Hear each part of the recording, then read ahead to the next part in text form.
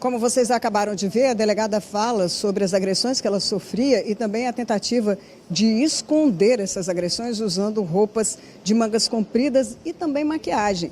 E isso ela comprova num áudio que mandou para uma amiga. E a gente vai ouvir agora. Foi como um mata-leão, assim, na minha garganta. E aí eu fiquei sem ar e eu apaguei.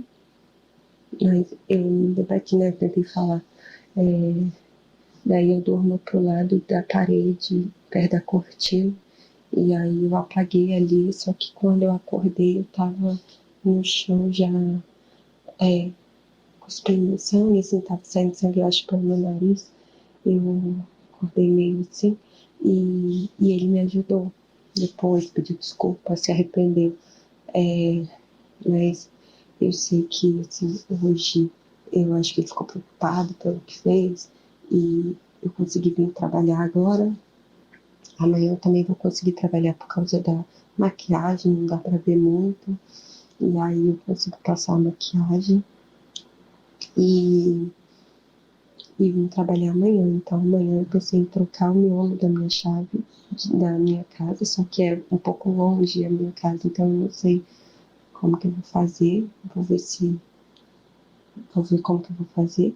E aí eu não volto pra lá mais. Amanhã eu já, na hora do almoço, eu já tiro o meu chip do meu celular, desse celular que eu tô falando com você, e já vou pra casa de uma amiga.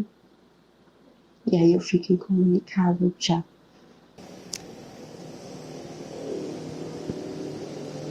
Pois é, nesse áudio a própria vítima, a própria Iris, descreve o perfil de um abusador que primeiro oprime, agride para depois pedir desculpas. Esse perfil deixa as famílias muito apavoradas. E agora você vai ouvir o relato da mãe da Iris, que teve a filha perdida para esse tipo de abusador. Vamos ouvir. Nós vamos agora conversar com a Márcia, que é mãe da Iris, e a gente, em primeiro lugar, muito obrigada, né, por receber a nossa equipe aqui no condomínio onde ela mora, em Vitória.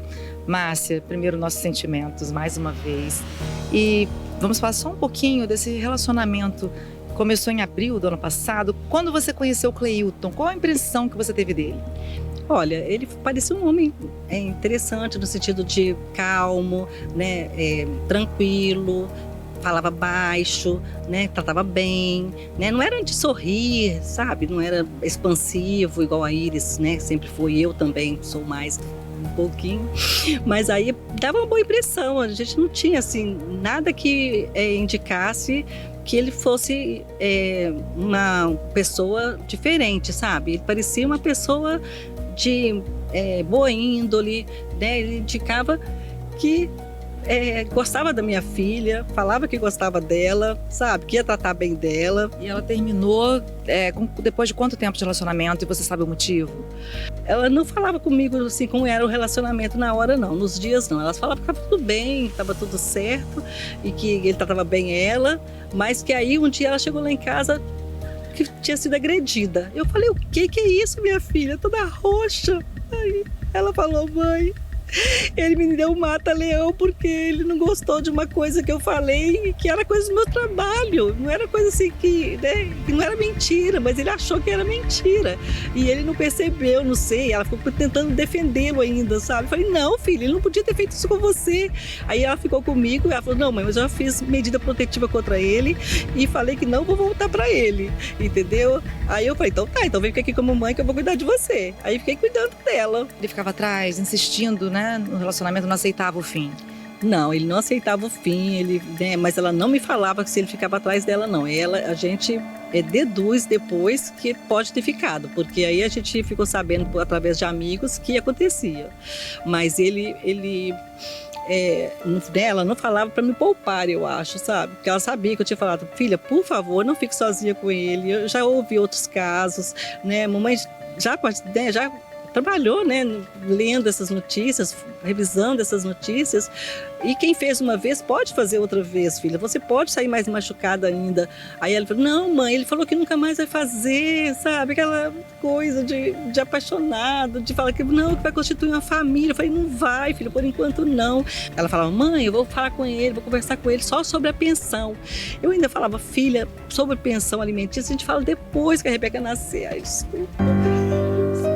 E a Iris, como é que ela era, assim? Gostava de fazer o quê? Estudava muito, né? Muito estudiosa. Ela era muito estudiosa, dedicada. Nossa, ela se entregava de corpo e alma ao que ela fizesse, entendeu? E no caso, o projeto lá da UFES era a vida dela. Ela falava, mãe, você fica com meu filho, mãe, para eu fazer, né? Para eu ir ao projeto, para eu ir às aulas de mestrado e até assim, né? A qualquer hora. Aí eu falei, fico, filha. Eu falei, mãe, porque eu preciso, às vezes eu preciso de mais horas para fazer melhor.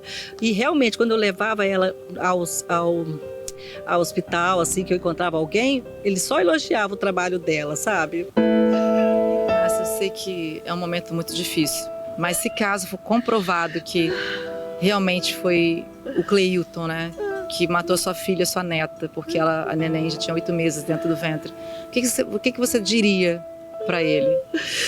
Não, a gente não pode culpá-lo porque a gente não tem as provas, mas assim, tudo leva a crer que possa ter sido ele, porque ele já agredia a minha filha, tão meiga, tão carinhosa, só que ela não percebia, ela achava que era tudo assim, sabe, que ia melhorar, que ela se constituir uma família. Eu não quero que ninguém sinta essa dor imensa, sabe, infinita, esse buraco que tem no peito, dilacerante.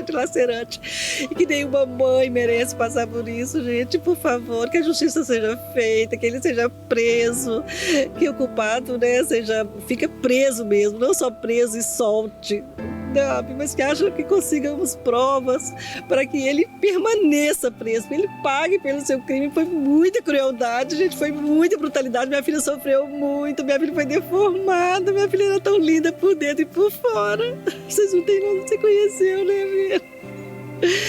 Ela era muito linda, toda, sabe, muito, ela confiava nele, né? Ela acreditava nas palavras dele.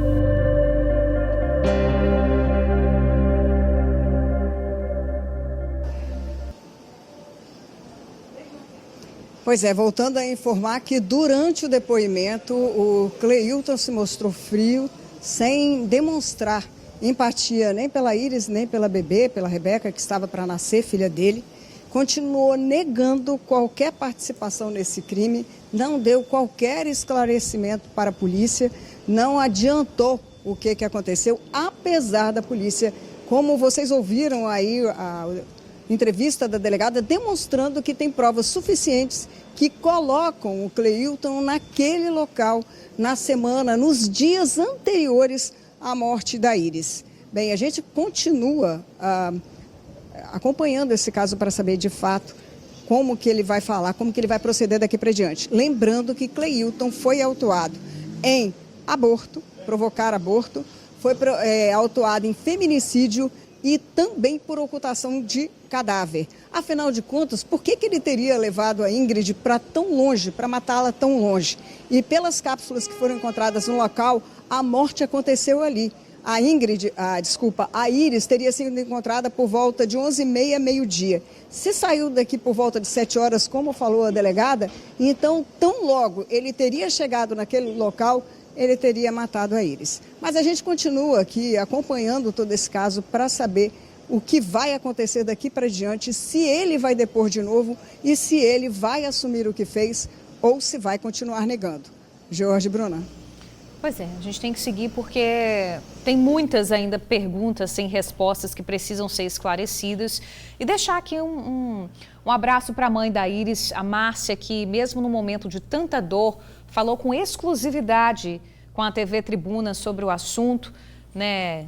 Como é que a família está recebendo essa notícia de que o Cleilton foi preso. E mesmo passando por tudo isso, ela abriu o coração para a gente, uma entrevista emocionante que deixa a gente com o coração junto com a família sofrendo, dilacerado também, sofrendo a dor dessa mãe que perde uma neta e perde uma filha. Pois não, Suzy? Era só para falar o seguinte, que ontem, quando a gente mostrava no finalzinho do jornal aquela imagem que o nosso colega Eric conseguiu lá no bairro de Lourdes, onde o Cleilton morava, dele saindo do carro dele, entrando no outro carro, naquele exato momento que a gente exibia com exclusividade aquela imagem, ele era preso por policiais da DHPP, da Delegacia de Sequestro, lá em frente ao posto da Polícia Rodoviária Federal em Viana, dizendo ele que seguia para Alfredo Chaves para prestar depoimento. Só queria acrescentar isso. Você sabe que a Márcia, ela trabalhou por muitos anos aqui no jornal A Tribuna, na verdade. Junto com a gente. E quando eu fazia o Jornal da Noite, quando eu saía, ela estava chegando, porque ela era revisora, então eu encontrava com ela sempre. E ver a Márcia desse jeito, gente, é de cortar o coração. Com porque ela é muito alegre, com certeza pelas fotos a gente vê a filha dela, a Iris, muito alegre, uma família assim, muito simpática, é muito triste. Agora, Suzy, você traz essa informação aí da prisão dele, e tem uma pergunta também que se faz, né? Ele estava indo para onde? Ele estava indo encontrar com a delegada para prestar depoimento? Existe alguma informação sobre fuga dele? Porque foi durante essa operação ali na frente da PRF, ou as coisas já estavam combinadas dele ser preso ali? Olha, Jorge, pelas informações que nós tivemos, os advogados estavam intermediando o depoimento dele. Se ele não devia nada, como alega até agora, não teria problema nenhum voluntariamente ele se apresentar aqui ou na delegacia lá de Alfredo Chaves. De todas as vezes que ele teria se comprometido a estar lá para conversar com a delegada, ele não compareceu. Informação da própria delegada. A última vez que ele disse que iria seria às 2h da tarde. Já eram 1h quando essa prisão aconteceu. E os policiais já estavam monitorando tudo através do cerco inteligente de segurança. Então já sabiam onde ele estava, já sabia por onde ele ia passar e montaram um cerco e acabaram pegando ele. Parabéns para os policiais. Isso aí, trabalho extremamente importante e a gente vai seguir acompanhando. Suzy, obrigada pelas informações, daqui a pouquinho você está de volta aqui com a gente. Valeu, minha amiga.